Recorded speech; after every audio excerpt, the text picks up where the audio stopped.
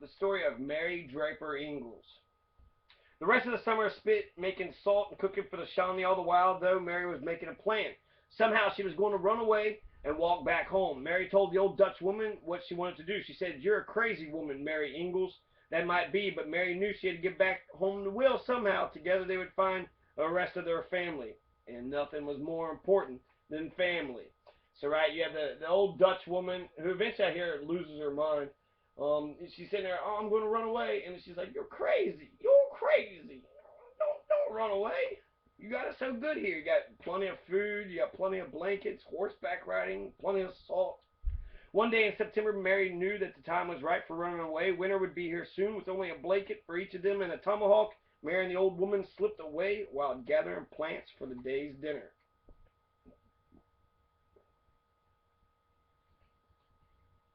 They ran and ran. They didn't stop running until they reached the Ohio River. They crawled under a pile of leaves and waited to see if anyone was following them. That night they crept further and further away from the camp, always staying next to the river. Right. So they're trekking, and she treks like 800 miles right by herself, right? She leaves her kids, right? So that's a political calculation, but she probably couldn't run away with her, so maybe she could come back and rescue them. Mary remembered all the rivers they had traveled to reach Big Bone Lick. She knew they needed to go back the same way. This is another problem for Mary. She didn't know how to swim. If they came to a creek or river to cross, they would have to go far downstream until they found a shallow place to wade across. This meant they were walking back a lot longer than when they came. So, right, walking around the woods all over the place, everywhere, everywhere, everywhere. It was hard. There was little to eat, and it was getting colder every day. The old Dutch woman fussed and complained. Mary kept pushing her along as if she found, and if she found things to eat, she let the old woman have it first. Right, old Dutch woman. They're all smiling in these pictures. It seemed like it's like a little fun adventure, a little fun, cute adventure, right? Mary kept pushing her along. She found right, Mary made her laugh with stories of her home and family. The old Dutch woman wanted to give up, but not Mary. Nothing was more important to her family, and she was going to do anything in order to get back home.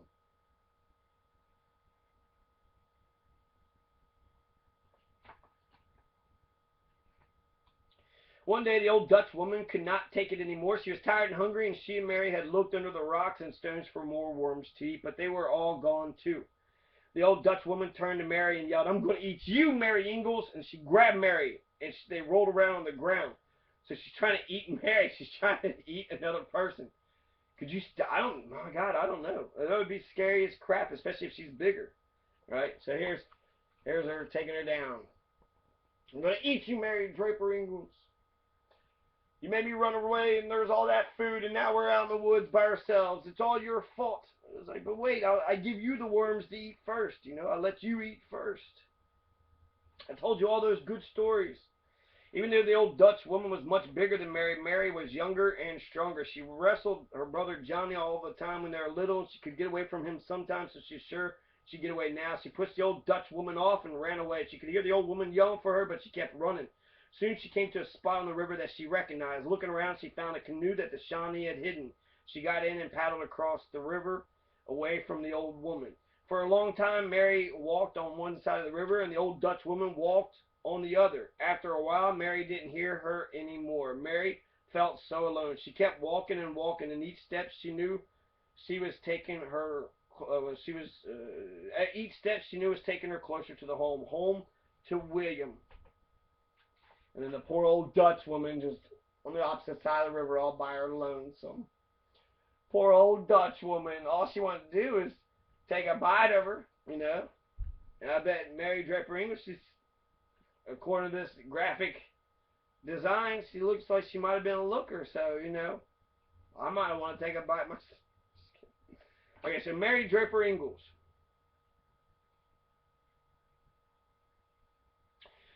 Mary came upon some steep cliffs. She knew where she was. On the other side would be the form of Adam Harmon. But could she climb the steep rocks? She knew she couldn't give up now, so she must carry on. And she climbed up that vertical mountain. Right, she just rappelled up. She just pulled out one of the grappling hooks. Right, Mary Draper Ingles had a grappling hook. She had some spidey webs, right? Some of her how much web can you actually fit into that thing? I would think that the amount of like liquid or gas or whatever it would take to make all that web to be slung, slung all across. That would take so much. I just feel like it's not possible. I don't believe it. Tobey Maguire, I think you did a good job, but I don't. It's not believable. It's not. You're not believable. You were believable as a mythical, but as a mythical Spider-Man. But it took her almost a whole day to climb up and over the cliffs, and when she got to the other side, she fell to the ground. She could not take another step. She laid there on the ground and cried out, hoping someone might hear her. Hello, help me. Adam Harmon and his sons were nearby. Adam stopped in his tracks. Could that be the voice of Mary Ingles? He said out loud. He took off running toward his town. And there he found, laying in the fresh dusting of snow, white-haired, almost bare naked Mary Ingles. Adam scooped up Mary in her arms. She was nothing but bones. How could this be? The young, pretty woman he remembered, he thought to himself, and he ran for his son's cabin. So Mary Draper Ingles collapsed. But Adam Harmon was there and picked the skeleton up. Let's get some food on these bones. Over the next couple of days, they slowly nursed Mary back to health. A big fire was burning in the fireplace, and good strong beef broth was spooned into her mouth. When she was able to walk, or when she was able to talk, the first words spoken were, "Where's my Will?" Adam told her how Will and John had gone looking for her and the rest of the family. She was out there for months. Mary laid back on the pillow, and a soft whisper said, "Nothing is more important than family." She closed her eyes, fell back to sleep, and dreamed of her family. Will, the boys, her mother, Betty, both of her boys. You had Thomas and George, right? So both Thomas and George are still at the Shawnee. So she's all napping and just, relaxing, having a good old time. When you still got George and Thomas. When she woke up, she told Adam that she wanted to go now. She needed to be at the fort when Will and John came back. What a happy time that was when Will learned that his Mary was safe and waiting for him at the fort. Everyone listened as Mary told her story of the kidnapping, travels, and escape from the Shawnee. No one could imagine walking all that way to get home, almost 800 miles. Mary would just smile and say, "Nothing is more important than family." The following years were not easy for Mary. She was very afraid of more attacks, but her strong sense of family sustained her. So 800 miles. How do you get from 800 miles?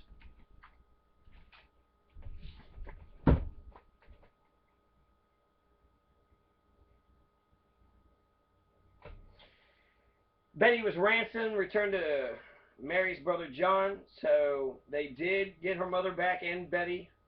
Will and Mary learned that George had died, so they were sad about that, and it took 13 years to find Thomas and ransom for his return. But they did find Thomas, so they got Thomas back. George has died, right? So George's gone. She basically loved most of her family. She didn't protect George, right? So she kind of loved her family. She should have, protected them against the Shawn. I heard actually she wanted to knit. She said, "Oh, let me knit one more second," and then they could have been Jenny, I don't know. So Jenny Wiley. So he was 17 years old when they brought him back home. Thomas had a very hard time getting used to this new way of life and would often run away. 4 more children were born to Will and Mary. They were Mary, Susan, Rhoda, and John. As history often does, it repeated itself with Mary's son Thomas and his wife and family. They too lived through an attack and kidnapping. So yeah, he would get used to the new way of life, right? Of having a bunch of nuns hit your hand with rulers, and the puritanical way of having no Christmases, no fun, no play, basically just Victorian, right? Just don't smile, and basically the rule is if it's fun or enjoyable, if you might like it, then it's wrong and it's clearly bad.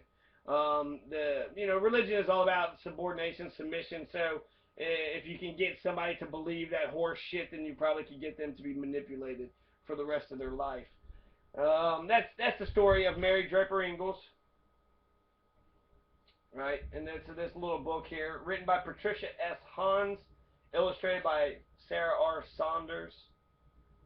True story of the kidnapping of Mary Draper Ingles. I get confused with her and Jenny Wiley. Those stories are very similar. So let's check Mary Draper Ingles. Okay, so if you're in Kentucky and you believe in Kentucky and you say, "Hey, I'm a Kentucky boy, I'm a Kentucky man. I know what's going on around here, I know what's up," then you should know who Mary Draper Ingles is. You should know that Abraham Lincoln's grandfather was murdered by the Shawnee. You should know about Daniel Boone's family being slaughtered, Israel and James and his nephew and brother, and basically like 4 or 5 of Daniel Boone's. You should know about the Shawnee, the Cherokee, the Yuchi. You should know about, let's see, Shawnee, Cherokee, Yuchi, and the Chickasaw. Those are the 4 main ones. Shawnee, Cherokee, Yuchi, Delaware, were Wyandotte. Those were the ones that had kidnapped Mary Draper Ingles. Supposedly she was born in 1732. Wound up dying like 80 years later. She lives to be an old woman, right? February 1815 is when she dies, 80-something years old.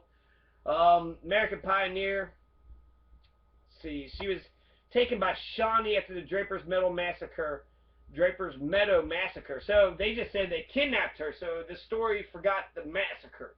So they didn't just kidnap Mary Ingles and the boys. They killed all the men and everybody else that they didn't feel like, you know, I guess the boys they could raise to be warriors, and then maybe because of pale face they might, you know, relate to them and they might be able to win them over. And also actually Native Americans were spiritual. So whenever a soldier would die in the field, they would take a prisoner of war and adopt him into their family because they would take the soul of the soldier they adopted in the field. So they really actually were trying to, you know, recruit them into their family.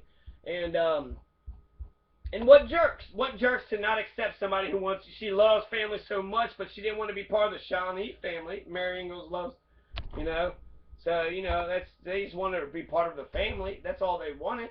And she's against that. I thought she's all pro-family, you know. Maybe if she would have stayed, George would still be living. Maybe Thomas would be fun, you know, having a good time being a Shawnee. But then we wouldn't have all the wonderful descendants today that's going to be writing all the books. That's going to be sending me all this hate mail. If they have no sense of humor, right? Because clearly, it's all in jest. She goes 500, 600 miles through the frontier. They said they were taken to the Lower Shawnee Town. Okay, so Lower Shawnee Town is on the Ohio River. The Lower Shawnee Town is it's on the Ohio and Scioto rivers. So where the Scioto River dumps into the Ohio, and actually there's Lower and Upper Shawnee Town, right? So there's in Kentucky side, and then there was the upper one, and that's Chenoa. So Mary Draper Ingles went to Chenoa. Thomas Ingles was in Chenoa. So you want to sit there and say, no Native Americans? Okay, no Native Americans, but who the fuck kidnapped Mary Draper Ingles? Who the fuck kidnapped Jenny Wiley? Who the fuck's killing all Daniel Boone's family? And the Chickasaw, Shawnee, Cherokee, Yuchi. There's Iroquois battles here. The Cherokee were actually very vicious enemies with the Chickasaw. Chickasaws in western Kentucky. Cherokee was in the Appalachian Mountains. Shawnee was everywhere. This is Shawnee country, okay? And the Shawnees, they were not nomadic. They had permanent structures in the summer, but they had winter. You know, they're not going to live in the winter. They have to follow the herd during the winter, but during the summer they had the places where they would raise their crops, where they would come back every year. So they had permanent locations. It wasn't like the English, you know, imperialistic English ways of saying this is mine and getting somebody to write a piece of paper and then putting that piece of paper in a file somewhere and then saying, well, that's it, you know, I got a title and you got a title, we're all good, right? And actually, the land reform. Kentucky needs some land reform, right? You got all these poor people around here, all this idle land. I drive through everywhere in Kentucky, go all the way north, south, east, west, just land everywhere, none of it being utilized, not being used by anybody. That's a waste. It's a social waste. All these people have nothing to do, nothing going on. You want to sit there and get mad at people for being on food stamps? That's bullshit. How the fuck are you going to eat? Okay, yeah, okay, maybe they're not getting a job, they're not doing, maybe not. You know, you don't know people's circumstances.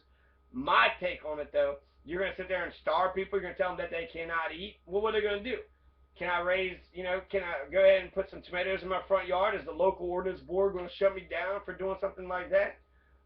Can I raise my own fruits where I can actually, sustain myself? And that's where you want people to be. Thomas Jefferson envisioned an agrarian society.